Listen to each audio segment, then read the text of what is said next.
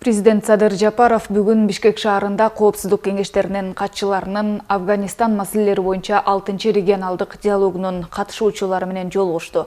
Иш-чарага Кыргызстан, Индия, Иран, Казакстан, Кытай, Россия, Тажикстан жана Өзбекстандан коопсуздук маселелерин көзөмөлдөгөн жогорку өкүлдөр катышты.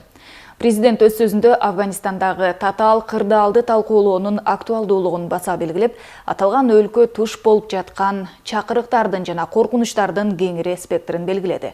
Садыр Жапаров Афганистандагы эң башкы 3 көйгөй терроризм, наркотрафик жана алсыз экономика деп атады. Мамлекет башчысы Кыргызстан Афганистанга гуманитардык жардам, анын ичинде Герат провинциясындагы жер титирөөдөн жабыр тарткандарга жана географиялык жактан обочолонгон улуу жана кичи Памирдин бийик тоолуу аймактарында жашагандарга азык-түлүк жана дары-дармектерди жеткирүүнү улантып жатканын билдирди. Ошондой эле өлкөлөрдүн жана эл аралык уюмдардын биргелешкен координацияланган аракеттери аркылуу гана эл аралык коопсуздукту курууда маанилүү натыйжаларга жетишүүгө болот деген ишенимин билдирди. Катышуучулар президент Садыр Жапаровго ыраазычылык билдирип, Афган маселесин жөнгө салууда Кыргызстандын кошкон зор салымын белгилешти.